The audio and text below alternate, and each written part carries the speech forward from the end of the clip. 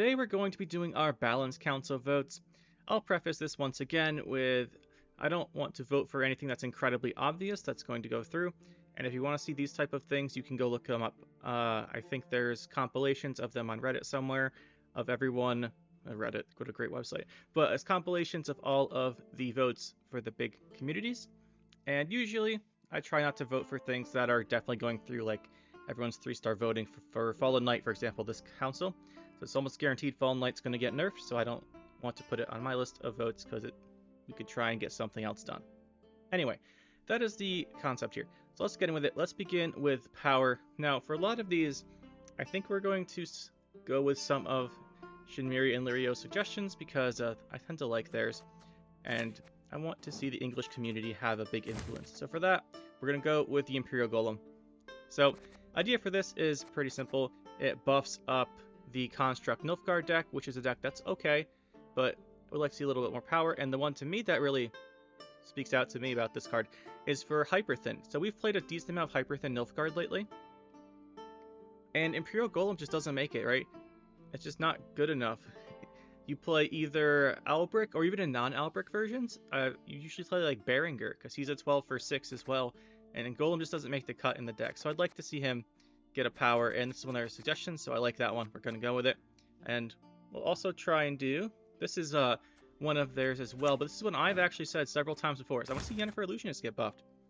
She comes down at 4 power on a 12 provision engine. That's just not it. She needs more power to survive. And the last one here, this is one we talked about in the comments at some point. Someone asked me about, and that's Blue Boy Lugos. I want to see him get buffed too. I think a power to Blue Boy Lugos would be nice. It lets you ping him an extra time for more damage. As it is right now, if you deal 6 damage to Blue Boy Lugos, well, he has to survive the damage, right? So, say you deal 5 damage to Blue Boy Lugos and does 10. You've overall gained 5 value. That's just not enough. So, and sure, you can ping it with leaders to do more damage in one turn, but that uses up your leader charges. I think a power to him would be nice, make him a consideration for self-wound decks. As at the moment, I have no reason to ever think of including him. Let's do the other buffs first, because buffs are fun, then everyone can argue in the comments about the nerf suggestions. So, for the other buffs, one I would like to see potentially happen is Artis. We've tried to get this through before, but I think Artis at 10 would make a lot of sense. You kind of need a deck to be based around him, and at 10 you could bring him back with Fukusha. He's not insane. Sure, he's got range to play a 4-version cultist in your deck. Means you have to play the cultist, but that's not that bad. He plays for 11 for 11. That's okay. And then he's got the ranged. So the thing with him is, like, he's not that hard to answer. He's 5 power. He's got a range locked ability. And I think that at the moment, well, I did a whole discussion about this in the self-wound video in the comments. So if you want to read it, you can read it there. But I think he would be a nice one to buff.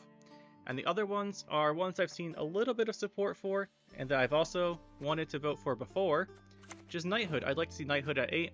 We've talked about this one before, so I don't want to go over it again, but basically Knighthood is not a good tutor for Knights. Like, it's okay, but even in the Knight decks, it doesn't make the cut, which means that it just never gets played. So I would like to see this go to 8. And the last one here is going to be Shaping Nature. We've done some experimentation with Shaping Nature, and it just doesn't get enough value. So I would like to see this at 8 provisions as well. So it would at least be a consideration for like a Symbiosis deck or something. Because at the moment, no one plays this card. 9's just too expensive for what it does. Because if the best thing you can do is at 9, you give it 6 and 6 vitality. If that works, you're getting 12 for 9 after 6 turns. And you have the Echo. It's nowhere near as good as the other Echo cards. On to the nerfs here. Again, a lot of these are going to be kind of similar to some things we see in the Shinmiri and Lirio Council, because we explained that before. But one of theirs that I do like is the Torres one. And I said this before. First Form Torres has an insane amount of point slam for what it does, and I don't really want to vote for anything else in Nilfgaard, just this card. And it's Form 1. Why is this card's Form 1 the best Form 1? Dana you could argue as too, but she got nerfed recently. But I think Torres deserves another one. Is think about it. What you usually do with Torres is you see the opponent's deck, you pick like one good card and two bronzes, right? Like you see like they've got say take Nilfgaard, not a good example, but say you take Nilfgaard and you're like, we'll pick their Vilga Forts and then I don't know, two of their Nausicaa Sergeants to put in your deck. You're getting 3 cards added to your deck for a bunch of provisions, and then he's playing for like 12, 13, or 14 points or something. And normally you should usually like pick 1 9 or 10 provision card, then pick 2 4 provision cards, and then he plays for like 18, and you get those stuff in your deck. I think he's just a little bit. I think his form runs too tempo oppressive. You always have to use the Tall Punish on this thing round 1. The other one here we're going to vote for, I think, is Musicians of Blaviken. I think Musicians is just everywhere, right? So when I make a deck nowadays, I actually have to argue, and like when I make a deck for the video or something, I have to find a reason not to include Musicians in the deck. That's how good it is. Round 0. Oh, we never. I'm just now realizing we never actually finished the thinning video. I made the spreadsheets and the stuff for that. I'll have to see if I can re-download MATLAB to run that. But yeah, round 0 thinning is way better than round 1 or 2 thinning. So this is extremely good. And it's so much consistency. It comes out of your deck, free tempo. This card is in a lot of the most oppressive decks at the moment. And just really recently, this has been like almost all of the decks that we go up against. So I just think going down to 2 power is fair for this.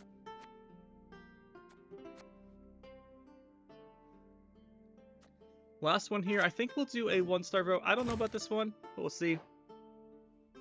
Did vote for the Dimun Warship last time. So at 2, so here's the thing, at 3, we tried it out. We did try it out. Promise you guys we tried it out. And it was okay. It still wasn't great. And it still felt like I tried it in like a self-wound type deck. I still think it has to be played in Pirates at 3 power. At 2 power, a lot of the self-wound effects can give you 2 damage. So like Totem, something like all the 2 damage stuff, right? There's a bunch of them. There's the Butcher, there's Terror Crew Plunderer. Those are cards that don't really get played that much. Occasionally we will play a Terror Crew Plunderer. So I think at 2 power, you could get this thing that it has enough synergies that maybe we could make a Pirate self-wound deck. I don't think he would just lead to people throwing Pirates in this for Point Slam. But I'd like to try this out. I'd like to try it out 2 power. We tried it at 3. It was okay. I'd like to see this at 2 and see what we can do there. And then for the provisions, I think, again, we'll be going a little bit with the Lirio suggestions here. Lirio and Shinmiri. And we'll be going with Novigrad. Now, Syndicate, based on what we're seeing from everyone else's balance councils, looking at it, there's going to be a lot of Fallen Knights getting the power nerfed. But also, it's almost certainly that the Passiflora, what's it called? The Seductress will go to 5, almost certainly. And Novigrad is a card that really, just in general, in Syndicate, I mean, when was the last time you saw a non-Golden Necker Syndicate deck not playing Novigrad? Now, just because it's in every deck doesn't mean it has to be nerfed. I want to specify that, but I think Novigrad has too much value. Especially considering it's a resilience card. That's what you have. You get 3 coins, 4 coins on the first turn. So if they heat wave it, for example, you still kept 4 coins. And then if they don't heat wave it, you just play at the start of a round. You get 10 coins. You usually get 13 coins from this, right? Because you play at the start of a round, and even if the next round's like round 3, you play round 2 into 3, like 13 coins, plus the deploy coins. You end up with so much value from this. I think it deserves to be a little bit higher. I agree with them on that one. Plus it creates the Bronze Gang, right? It's got resilience, it carries over a unit, and a whole bunch of coins. I think for that it could be 13. The other one here is Igor the Hook. This one I'm less sure about, but I saw some arguments for this one that convinced me, because mainly of the we do know that Seductress is getting buffed. We know this is going through to make this 5. So, at the moment, Igor the Hook's abused to make a whole bunch of extra Fallen Knights. Sure, it looks like Fallen Knights are going to get nerfed, but people are just going to spam it on this. You can spam it in the Golden Necker deck on Scribe. I've always thought Igor the Hook is a problematic card. I don't remember the last time I said it, but I've said it in several videos about Syndicate. I've always felt this card's problematic. Just spawning base copies of things is so good, and there's no way to adjust the fee cost is the problem with it. So I just don't think this should really be a Golden Necker card. Yeah, I don't think that. I also think it's a little, I mean, do you really want to fee 5, make Fallen Light? Oh yeah, you do. So I think it deserves this here. I could see people not liking this one though, so. Oh well. And lastly here, we're going to throw in one of our favorite cards in the entire game, Renfri. Renfri should be 15 provisions. Normally I don't vote for Renfri on these lists because usually people just say that I don't like her, which is a fair argument because I don't like her. For that reason I try not to vote for her too much on here. But when we exceed 25% of our games against Renfri, like I said, that doesn't mean that she's necessarily good.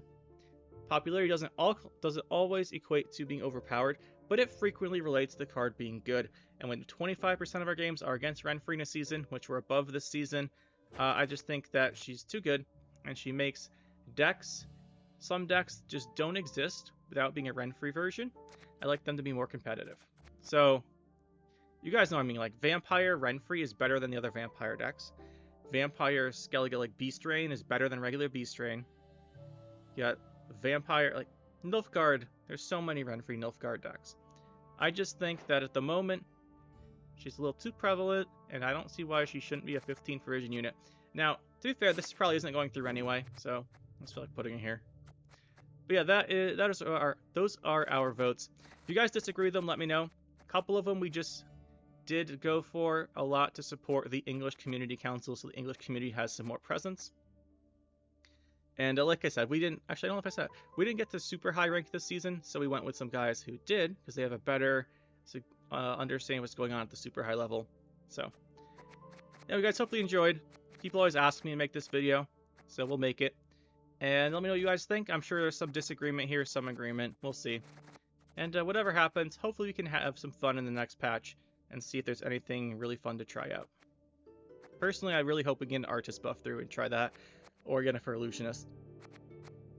Really wanted to do Yennefer Illusionist Soldiers when we did the Soldier deck this season, but I couldn't really justify it. So, I mean, it's not true.